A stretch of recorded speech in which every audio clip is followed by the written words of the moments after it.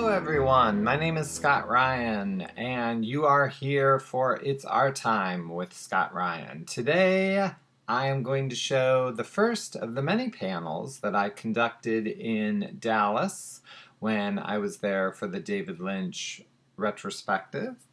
And this one is with the cast of Twin Peaks. I figured, hey, we might as well get the big one out first. We had George Griffith, who plays Ray. We had Kimmy Robertson, who plays Lucy. We had Michael Horse, who plays the Hawk. We had Harry Goaz, who played Andy. And Sherilyn Fenn, who was Audrey.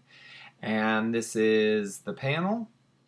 We talk for about 40 minutes and take some questions. I think you'll be able to hear the questions. You might not be able to see the questions, but this is basically the panel that was there in Dallas. If you're watching this now, on June 23rd, 2023, I will be out in LA for an event where we're showing Firewalk with Me on June 23rd and Lost Highway on the 24th, where I'll be promoting my Lost Highway book and my Firewalk with Me book. They're both full color. They're just like beautiful books. Look at that. Natasha Gregson Wagner's there. The Firewalk with Me book is also in full color. We've got great pictures, and, you know, get them at Tucker DS Press and come out and join us. But today we are going to have a panel with the cast of Twin Peaks. There's a lot of shenanigans, and yes, Kimmy is calling me Scoop. So this is me, Scoop Ryan. Enjoy. There would have been applause. I felt like it could have been. I remember there was a couple people who hadn't seen Firewalk with Me. Did they make it to the end? Did you make it? Are you all right? It was a lot of craziness, huh? That's pretty good. This is not filler at all. We had planned for me to do this great patter. There we go. Okay, so we've got some pretty cool people here from Twin Peaks. We're going to start with the wonderful Sherilyn Fenn, Audrey Horne.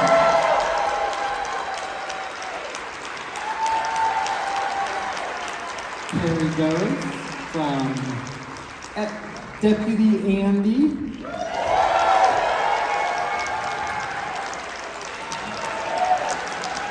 The Hawk himself. Michael Horse.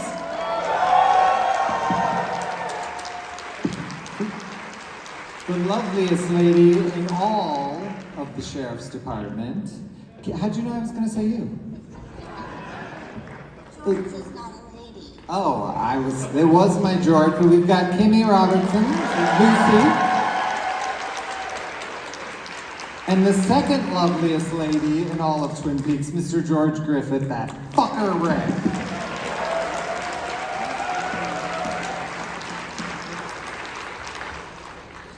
This is so exciting. Do you need, can I help you, Kimmy? No, just ignore me. Okay, that's going to make an awkward Q&A, but we'll see how it goes.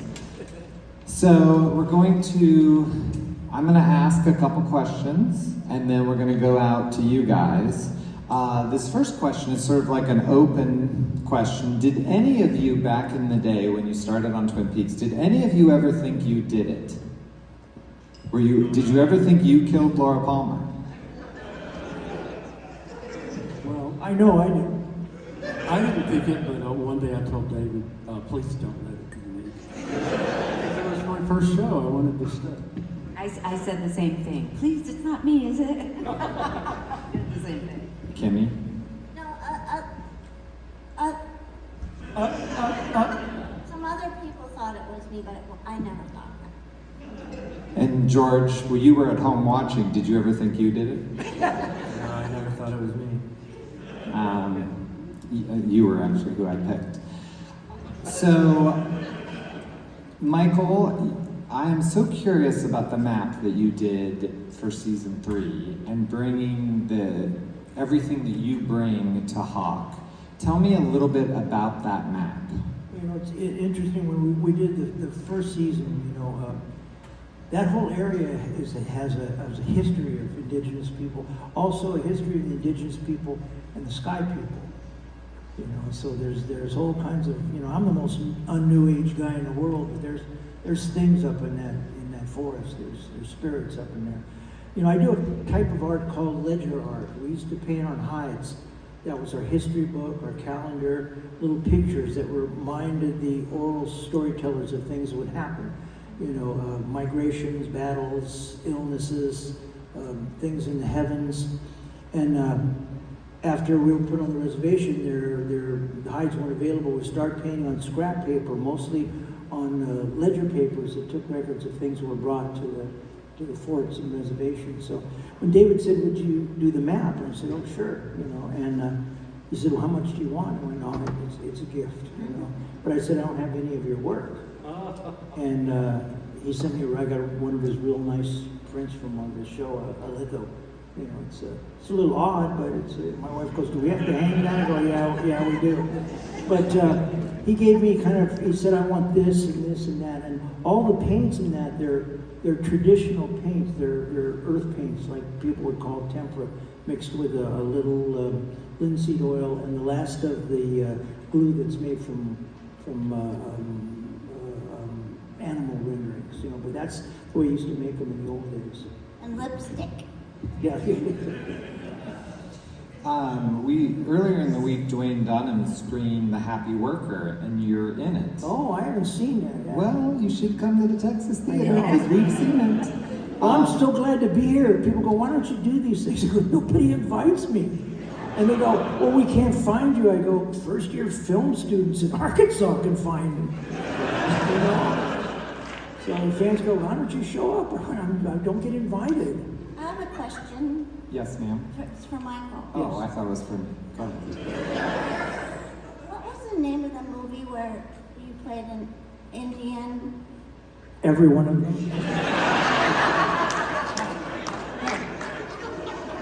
And you had a horse? Every one of them. Oh my goodness. And there was another guy and then some other guys. Yeah, there were a lot of guys, yeah. The first movie, it was really funny. I read it. I didn't want to, It was David Lynch movie. Oh, David Lynch. Oh, that was Cowboy the Frenchman. Yes. I got into business. I was a really bad rodeo rider. I mean, I really sucked. And I used to wrangle horses. And one day they said, "Can any of you guys ride out in the desert? We're going to shoot a gun. You fall off like you're shot." I fall off. I get paid. I've been in the wrong end of this shit. But staying on's the hard part, you know. So I was kind of a stuntman. I did a few things, and did a really funny movie with Martin Mull and Dick Shawn and Jennifer Tilly and Bob Downey Sr. If you're film buffs, he directed it, and Bob Jr. was in it. And it's called Rented Lips. If you can find this one, me and June Lockhart have a love affair. It's just, but I was renting my art studio from an agent, and she handled Viva from Warhol and Jack Nance. One of my prized possessions. I get Jack one day. I go, "Hey Jack, I'm an artist. I'm out there. What the heck did Eraserhead mean?" So I had a picture of him from Eraserhead. It said, "Figure it out, yet love Jack." But I was renting my art studio from an agent, and she says, they were doing the remake of The Lone Ranger in 1980. She says, "You want to be Tonto, the Lone Ranger?" And I went, "No." I said, "I'm an American Indian Movement member. I don't want to be freaking Tonto." She kept asking me. I went, "No." And she goes, go see him. And I talked to Bill Fraker, very famous cinematographer. I said, "You know, if you send Tonto to town one time, now there's going to be more Native people on your lawn than Custer saw." And he goes, "I'll give you a bunch of money." And I went, "Okay." But the Cowboy and the Frenchman, Joanna Ray said, you want to do this? And it looked interesting to me. And Harry Dean and I, I'm an old musician. I played with everybody. Harry Dean and I have met a million times. And every time we meet, he acts like he doesn't know who I am. And I asked Grace, I said, "Man, he just acts like he doesn't know me." And Grace said, "The 60s was really good to Harry." But I'd asked David, I said, "We could do next?" He says, "A TV series." And I said, "For cable?" He says, "No, for regular television." I said, "Call me when that happens." But you know, just one more quick. We knew we were doing something special. But 25 years later, we changed the way that people process television. There have been changes in format and changes but not in the actual physical way that you experience television. We opened up so many doors. Everything out there has Twin Peaks' DNA all over it. And they don't deny it. They pay homage to it. Even David Chase that did The Sopranos said David opened up doors that we didn't even know was there. So I am so proud. I'm an artist. David and I talk all the time. We're both painters. You know, if we weren't making films, I'm happy just to be in the studio like him, just painting. But if I never did anything else, to do something like Twin Peaks would be enough for me. Didn't mean to ramble on. No, you were great. Harry, I have a question for you about coming back. Now, what did you do with your parole board to let them set you free to come back for season 3 of Twin Peaks? I mean, how did you work that?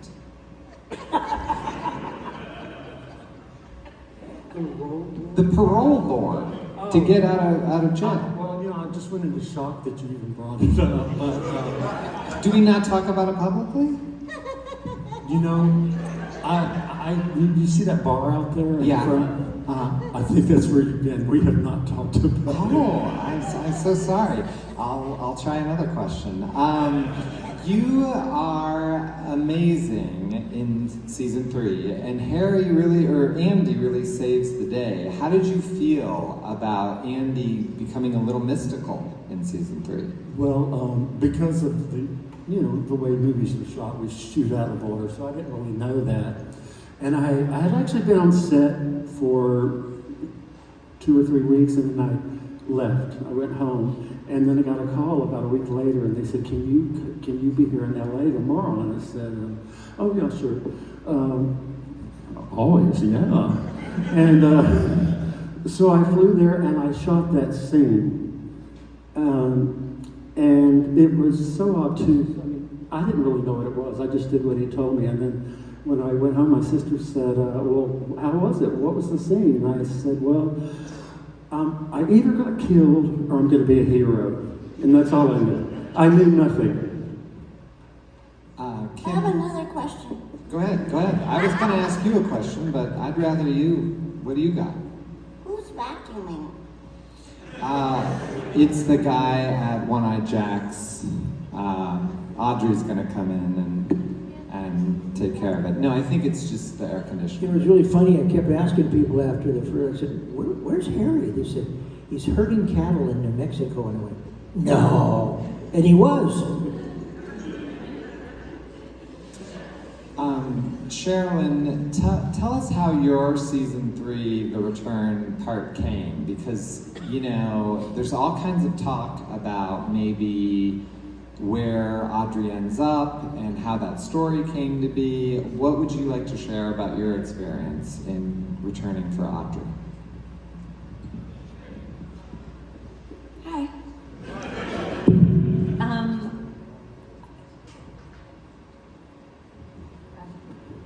My experience was that we didn't see eye to eye. We were just given pages, and I didn't understand what was written. I didn't know who this person was. It wasn't who she was, and so I was just dealing with whatever I was emotionally that day, and could almost not speak. But I'm crying and saying, "I don't understand this. I don't understand any of this." Because we had gone through so much to fight to make sure David stayed on the film, because they were going to pull it from him for the episodes, because they doubled, and it's a lot. So it got rewritten ultimately, and although it felt like there was some anger in there, ultimately we resolved. When we finished the very last scene, he said, "I'm really glad we did it, and you were right." And so yeah, it ended up turning out okay. Yeah. You're incredible in it. I mean, he really gave you a lot to do. I mean, you're just unbelievable. Yeah, it wasn't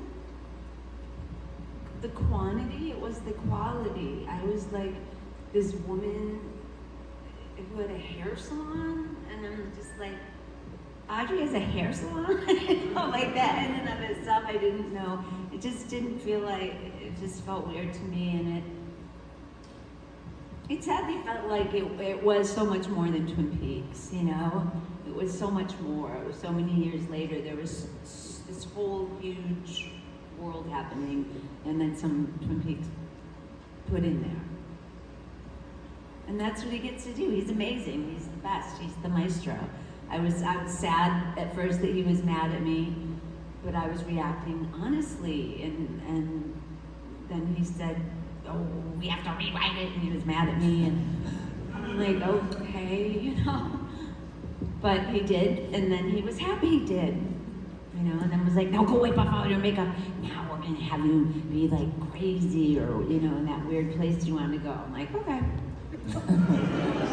You don't get a script, you know, right? That's why you walk in and he's like, "Oh, what did you do?" "Well, what he told me to do."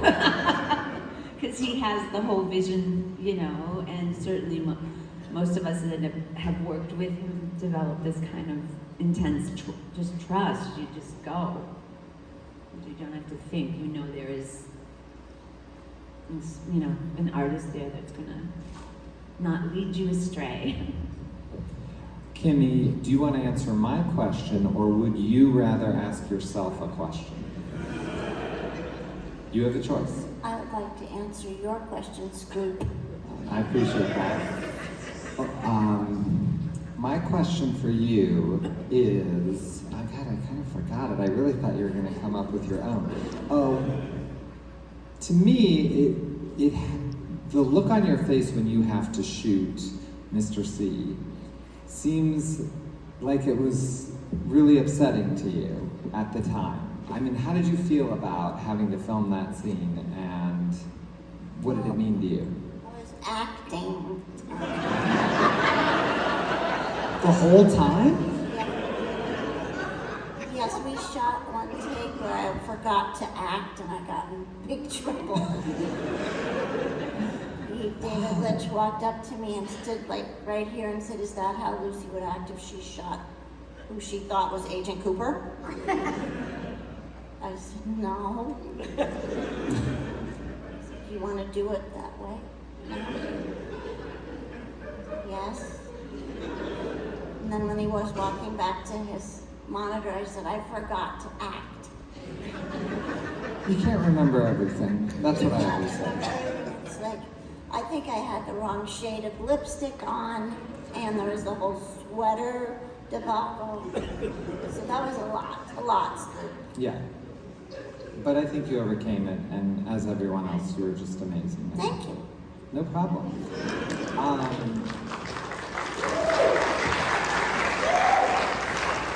George, you are the only one up here who acted in the Red Room. I talked to Cheryl Lee about what it's like to act in the Red Room. Tell us your experience. What, you know, walking in that after seeing it for so many years on television. Well, those are two different things, because the extent of my acting, and it was David saying, you know, act real dead. Which he was very pleased with my performance. But walking into it, you know, the Red Room was very big, and yeah, as a fan and as somebody who was very enmeshed with the mythology of the show and Firewalk with me, it was profound, you know, walking into that. But you know, I did get to lie on the floor, and I did get to be a canvas, more or less, for David, because he did paint me. He painted my bullet hole with a paintbrush, and he poured all the blood on my head, and that was a beautiful experience. I always said, oh, excuse me, No. Scoop, may I interrupt? It's your show, babe. I always said that acting for David Lynch is like being a color. Like for me, it's the color blue. And he's a painter, and he just paints with you. And then I said, always, that a person can wait a lifetime, and would wait, and did wait a lifetime to be the color blue for him again. 30 years was a lifetime or so. That's all. People had asked, do you ever think it'll come back? And I said I didn't think so, and then part of me didn't want it to. I said that's part of its mystique. It died before its time, like James Dean, but it took 25 years to really make that come true. The center of you is the Sheriff's Department, and I'm wondering if you guys could talk a little bit about Harry S. Truman and working. We're sad that Michael didn't come back for that, but I'm just curious, what was all those scenes like with the four of you? Do you guys have any particular memories, and anyone can throw it out? Well, Michael was a very average actor, so. David directed me one time. He said, "Let's do this again. This time only good."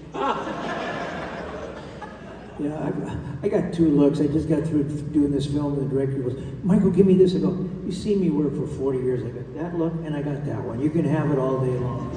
That's my whole repertoire.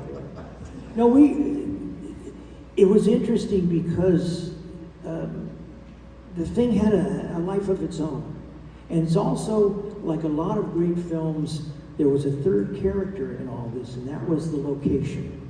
It's like John Ford's, a lot of, Monument Valley, or Whale Rider, the whole scenes of New Zealand, and the forest up there was a character unto itself.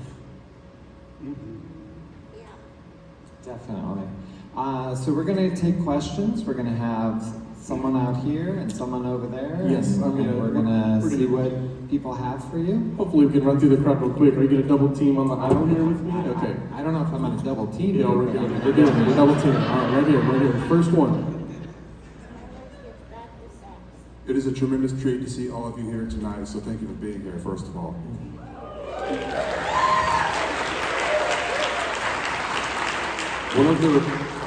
One of the recurring themes over the last couple of weeks with these Q&As has been that, in general, Twin Peaks actors are less wrapped up than the fan base is when it comes to things like speculation and fan theory videos on YouTube that are 3 and 4 hours long, that kind of stuff. I'm curious to know, though, is there any particular fan theory that you just really wish would fall down 80 flights of stairs and die in multiple fires? No, the fans, you guys are really smart. And people ask me, what is it? I don't know.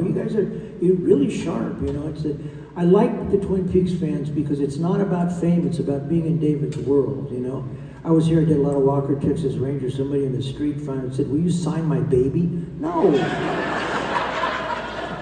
No one's signing your baby. But no, you guys are, sometimes I got to get on the internet and goes, "Oh yeah, it was about the bunnies," No, it's how you see it and how you interpret it. That people will ask me, "What does this mean?" I go, I really don't know, but they do. I think Scott's got somebody over here. Hi, so I really love, I'm over here, I'm sorry, to your other right. Hi, so I really loved the show Twin Peaks when I was in high school, and it was very cool, and it felt so cool watching you guys, and I really loved Audrey. I was like, oh, I'm gonna be her when I grow up. But, so, I do wonder, when you finished your time on set, did any memorabilia walk away with you? And if so, what was it? Or what do you wish you could have taken with you? Because I know that, it's a special time and it's really pivotal. And so if it were me, I probably would have borrowed something, but I didn't know if you could. Well, a lot of the sweaters were mine because all the girls, leads, had big sweaters. And I was like an add-on character that wasn't in the original script, and then he just met people, so I was lucky enough to get this call, oh, he's gonna write her this role. But I didn't have much to do, so I got to wear more of what I wanted, so I brought little cashmere sweaters and smaller things, and I didn't matter, so I got away with more. Do you know what I mean? Like if you look at like the girls dancing in their sweaters, or the, you know, at school or at the picnic, it's all very big. And I done all these little, you know, little things. So, and he decided. So is any of that around? I don't know where it is, to be honest. But like the tree sweater, the red sweater, like all those sweaters, it's so fun here with the lace. But when it's happening, you don't know. You don't, you know, you go, you do your best work, you're having a great time, you're working with David Lynch, you're working with all these beautiful cast members, but I didn't know. I personally didn't know until I went to New York in between 2 seasons and people called Audrey on the street. That's the first time I knew, you know, because I just kept walking. My manager's like, they're calling you. You know. So I had a sweater on, and that was my sweater in trailer, makeup trailer. And Sherilyn was there, and I got my nerve up to ask her a girl question, because I didn't have anybody else to ask. I said, how do you make your boobs look so great? In regular life, not in the sweaters things. Turns out she said, I just have a cute little underwire, French underwire bra, demi-cup. And I said, oh, what's the name? She told me the name, whatever it was. I said, so do I. She said, and I get a size, whatever it was, 18A. And I said, that's the size I have. And then she said, well, what's wrong? And I said, I don't know. It just doesn't look the same. I steal shit. If I would have known this was going to be the cold thing, I would have stole far more than I did. I mean, remember the big grizzly bear? Yes. Well, somebody been popping the claws off of it. Who would do that? All right, well, before we get any more incriminating evidence here, I've got another question over here. Hi, guys. I steal the backs off of very obscure white people's chairs. I do. And Southern.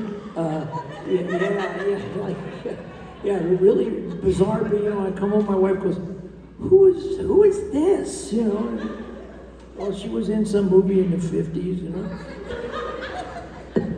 They come in, where's the back of my chair? A lot of Westerns, they go, where was your bonnet? And it fell off when I was riding a horse. I don't know where it went. Right here. Hi, guys. It's so surreal to see you all here. Thank you all for being here. I remember watching Twin Peaks with my uncles when I was a little kid, and I never thought I would get to meet any of you, fall in love with all your characters, so thank you for being here. My question is about one of my favorite scenes in The Return, which is Michael Cera's cameo as Wally Brando. My favorite character. People ask me who's my favorite character. It's Wally Brando. I was so curious about Michael Cera, such a big personality, and obviously David Lynch is such a big personality. I was just curious about what the filming of that scene was like, how they interacted, how David Lynch directed him, and how it felt to be there and make that scene. Well, he was very nervous because the dialogue was so long, and he did it all in one take. And then David said, let's shoot one more for insurance. But when we were leaving, I put my hand on his shoulder, because you know I like famous people, and he was trembling. He was still trembling from doing that. And you know, he's a veteran. He was the sweetest, kindest, and Harry and I had dinner with him before we shot that, and Harry kept saying, that's our son. And I was like, I know, Harry. He goes, but it's our son. And he was like, by the time we shot it, we were able to be proud of him and listen to that silly speech and be proud, like only a parent could be proud of their son who's saying up the street and down the street and over there and over here and in the shade and in the sun. on the bike and off the bike. And we were really proud. We didn't even have to act, huh, Harry?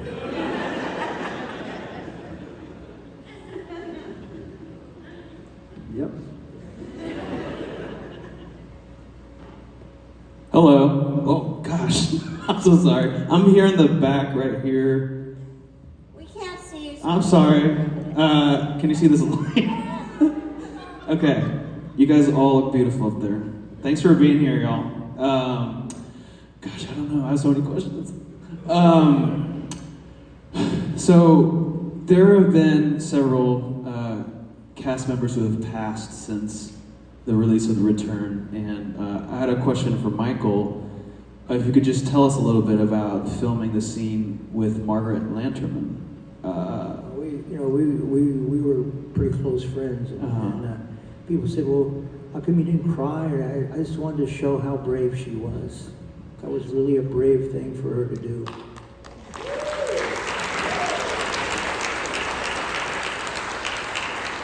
And people, they go, "You got to say goodbye to the log lady." I went, "Yeah." She was pretty serious when she had the log. When I picked a little piece off of it, and she slapped me. But,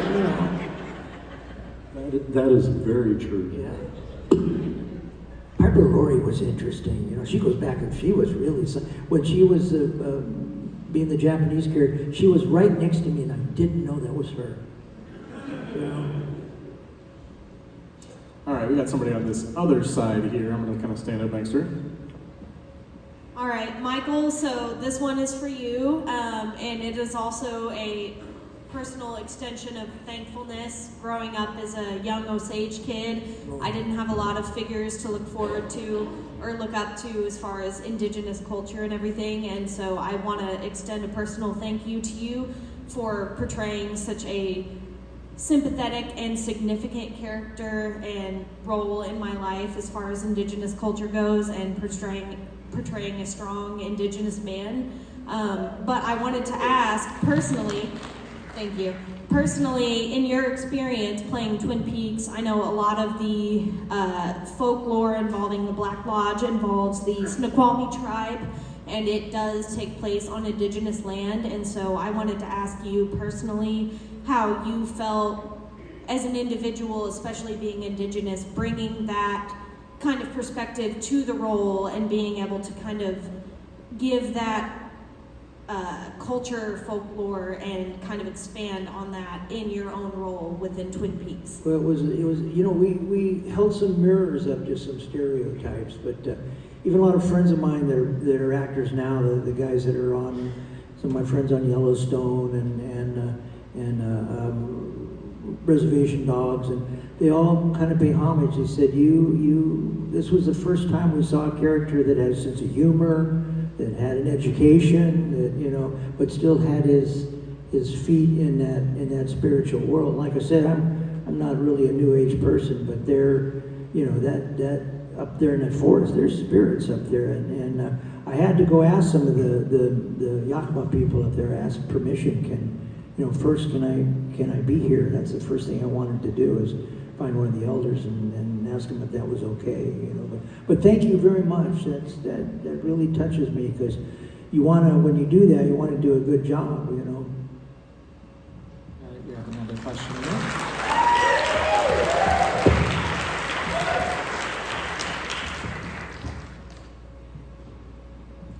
Okay, I have a question for Harry and Kimmy, also about Michael Cera as Wally Brando. Was there anything left on the cutting room floor? Was he going to show up again? Were we going to hear more about his adventures across the U.S.? I don't know. I can tell you one thing. This thing called COVID happened, and a lot of stuff got put on the cutting room floor, including living. I would watch that whole series with these two and Wally. I would tune in to see them. I've got Raising Wally Brando. I saw a really well done poster, and it was a poster of myself and Ian Buchanan, and right there was Michael, and the name of the show was My Two Dads. I've got somebody in the back corner here, and we've got a couple more. Hey guys, I'm back here. Okay. So Twin Peaks has, left a lasting impact over the last 30 plus years. But what is it like seeing this younger generation and younger people get into the Twin Peaks world? That is so interesting to me because Twin Peaks is slow. It's really slow. And I'm surprised that so many young people find it interesting. And I kind of realized that you can't multitask and watch Twin Peaks. You got to put your phone down. And that's the first time that they actually have that experience. Because my daughters, I go watch classic films and they go, I'm paying attention. I go, no, you're not. You're not, there's lighting things, there's dialogue, there's whole things going on here that you're not seeing. But the young people, they have to get into that world. And once they do that, they're fascinated by it. All right, we have another question over on the good side, my side. Boo. Hey, I was just curious, so I really love the music behind Twin Peaks, and I was wondering what kind of music you guys were listening to kind of get in the headspace or like listening to around that time. Oh, I have something that I started listening to, a band called Chimera. Has anyone heard of them? Yeah. And they did a couple songs. Mark Hunter wrote, he's a major Twin Peaks fan, and he did The Flame. You heard that one, The Flame? It's about Laura Palmer, and then there's another one, but I couldn't find. That's the music where we sing like that. But the music's really good, and it's good, I like it. But I did a cameo for him. And then somehow we ended up talking and kept talking, and it opened up a whole world of music to me that I had ignored. So, and I'm not sure what that's called, that kind of music, but now I'm listening to that right now. I had two friends. I'm an old musician. I played with a lot of people, and Dave Alvin from the Blasters and John Doe were both. Neighbors in Downey. Yeah, they were really interesting for me to see. David was big fans of theirs. My favorite band is the New South. Anybody seen the New South out of Canada? Oh yeah, they're amazing.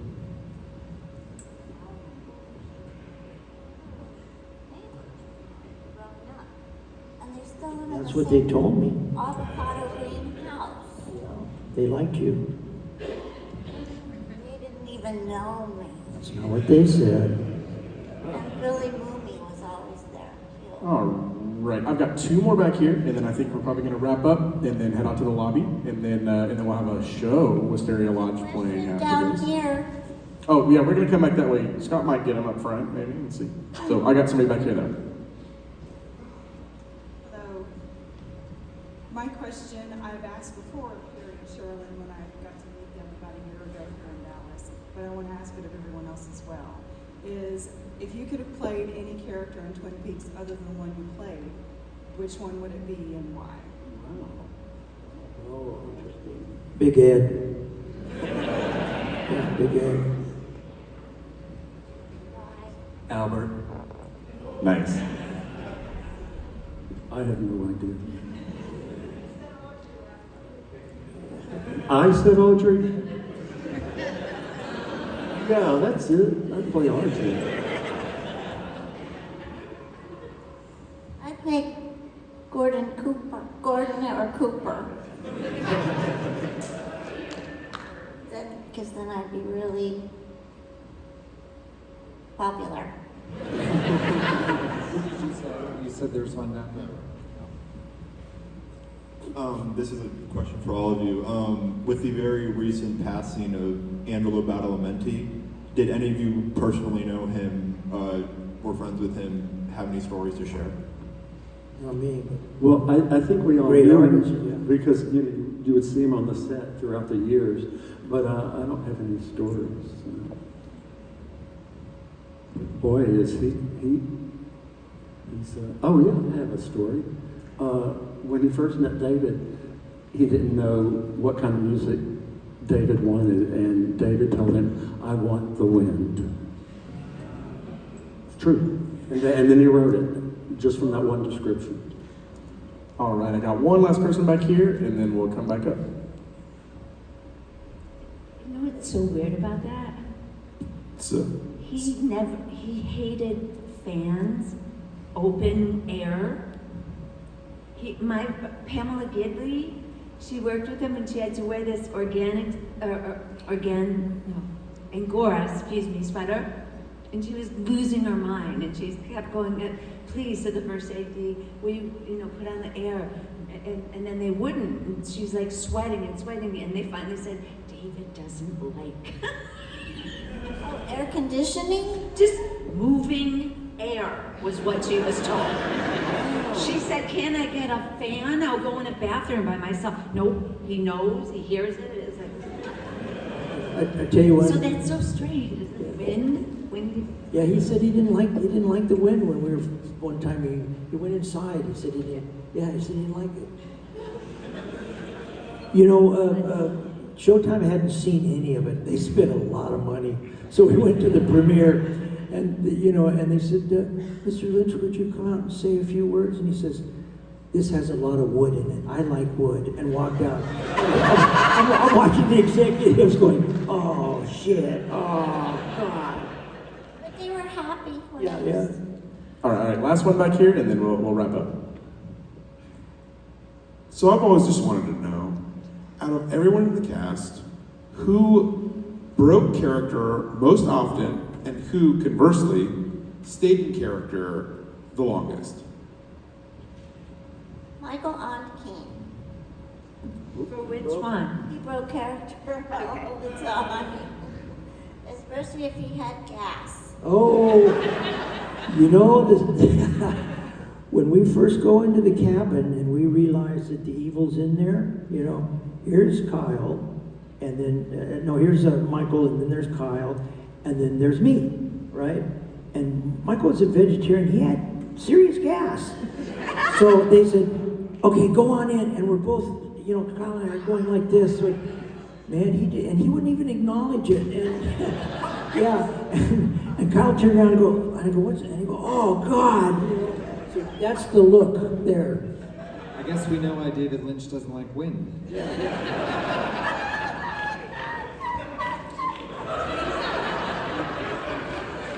All right. I just wanted to real quick before I pass it back to Scott to wrap up here. George earlier was with us. We watched an encore of part 8, and it was fantastic. And it was really interesting to hear him talk about the filming of it and how. And I got to tell you personally how your character Ray is a bad guy, but then you come up against the baddest guy, and how interesting that was, because I just thought the character Ray was so cool. I liked you as a guy. Like, that's a cool guy.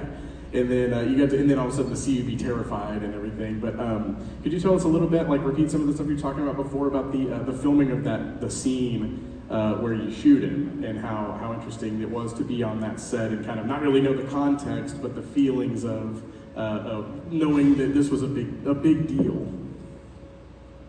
I believe what I said was that I could tell from the text, from the description of what happened, that I was connected to what was happening, and my character had tendrils to the mythology of the first seasons and Firewalk with Me, and I was able to recognize that, and that made me feel like it had great importance, even though I didn't know what was happening in the rest of the parts. But in terms of shooting it, they were there. The woodsmen were there, and they did work on Mr. C in front of me. But I think reading it as an actor, it was daunting. And David took me into my car and really scared me. And you wouldn't talk about what that conversation no, was I like, would or- never do that. Of course. But I can. It still feels very close. It was very effective, and that really helped me a lot.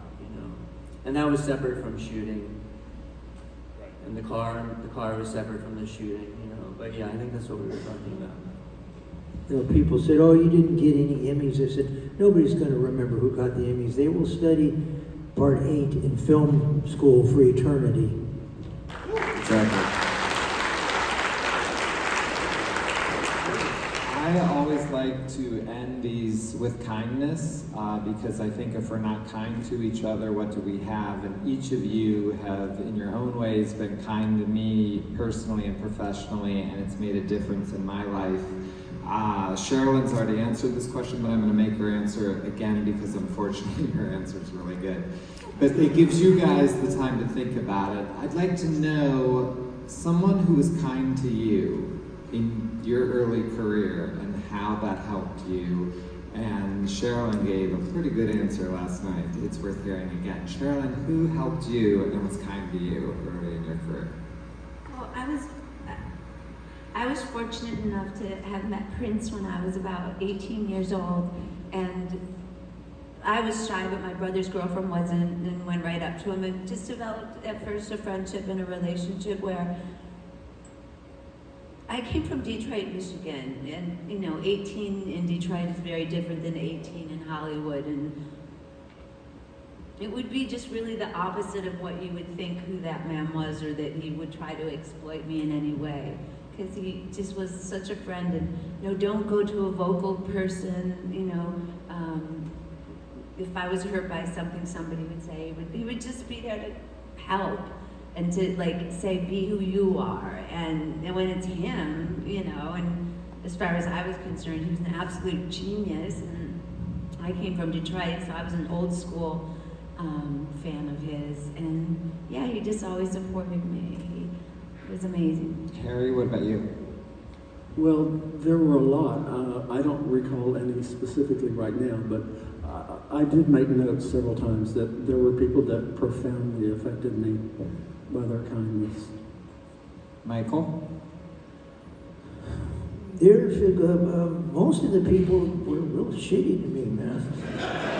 I did a film with Glenn Ford, and I'm freezing. I'm in a loincloth in the middle of the night, and it takes him 2 hours to sober him up. He comes out, and I go, "Hey, Mr. Ford, I'm a big fan." He goes, "Who gives a shit?"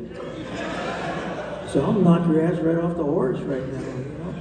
No, I just did Call of the Wild with Harrison Ford, and another. He just disappointed me. He's an asshole. I met a lot of assholes. Good answer. Kindness. Kimmy? Well, there's, in my life, there's been so many people and be kind to me, and so much magic. This woman, I was working as a receptionist, hanging up on people, so I didn't know how to work the phone, and she kept laughing at everything I would say on the phone, and she was an agent, and I was a dancer, and she said, "You have to be an actor." I don't want to be an actor. Why? Because I don't want to say, "I don't look, how are ya?" She said, "What?" I said, "That's what all the actors in my college talked like, and they wore black nail polish, and I don't want to do that." She said, "Well, that's musical theater." Oh, okay. So she said, "You have to go on an audition. Here, take a picture and make up a resume." So I did. And she said, "Do you know anyone in this town?" I said, "Nope." And Hollywood, she said, "Are you related to anyone?" I said, "Nope." She said, "Does anyone owe you a favor?" And I went, "Oh yeah, there's this guy, John Thompson, who produced the Devo videos, and I was a girlfriend. This was in the late 70s, early 80s, and cast the Girl You Want video with all the dancers, and used the split rail fence and the whip and the style and the barrel for the Whip It video. And this guy John said, I owe you a favor. I said, this guy John owes me a favor. And she had a stack of envelopes in front of her. She lifted up the top one, and it said John Thompson. It was right there. The one person that owed me a fucking favor for letting him borrow a whip. And so that woman and that guy John, he had me come in. And when I walked in, I got out the elevator. He said, this is your favor. We're even. The rest is up to you, but you coming to the building and meeting the director. And I met the director and talked for an hour. And then he said, you're hired. And I said, great. For what? And he said, I'm doing a movie. And it was Last American Virgin. And so I never actually acted until the first time I acted on camera. But those two, well, that's 3 people right there in the span of 1 month. That's a lot of kindness for no reason. No, for a good reason, because but I you mean, make just people to want help to be some kind. dumbass from Downey. No, never a dumbass. George, what about you? Well, I grew up in Philadelphia. So that wasn't like the most popular thing, but my mother was filled with kindness, really, you know. So she really balanced me out, I feel, because there was a lot of like Philly around me, you know, and she was really just beautiful. She's still around. So I'd say my mother. Wow, good answer. You know, wow. I have to say too that the Twin Peaks family, we like each other. We were an ensemble cast, and we truly like each other. You know, 25 years later, I thought, what's it going to be like? Kyle's a big star, and the first scene he comes out, and he had the black face on. I go, oh, I know where this is going. But he was, Michael, how are you? And how's everything? You know, to me, it was like no time had passed. You know, but we truly like each other. Well, we appreciate your kindness, and everyone's going to be kind to them, and you're kind for coming out and doing this. Thank you so much for everything that you shared. Let's get a picture, Steve. So there we go. I hope you enjoyed that. That was me at the Dallas, Texas Theater at the David Lynch event. It was incredible. It was a lot of fun. That was a dream come true for me to get to do something like that live on stage. I hope I get to do it again. So if you need a host, I'm here. And if you're interested and you enjoyed the show, please subscribe to the Blue Rose. I'm going to have a bunch of these Q&As coming up. I did quite a few of them while I was there, and I'll be posting them all.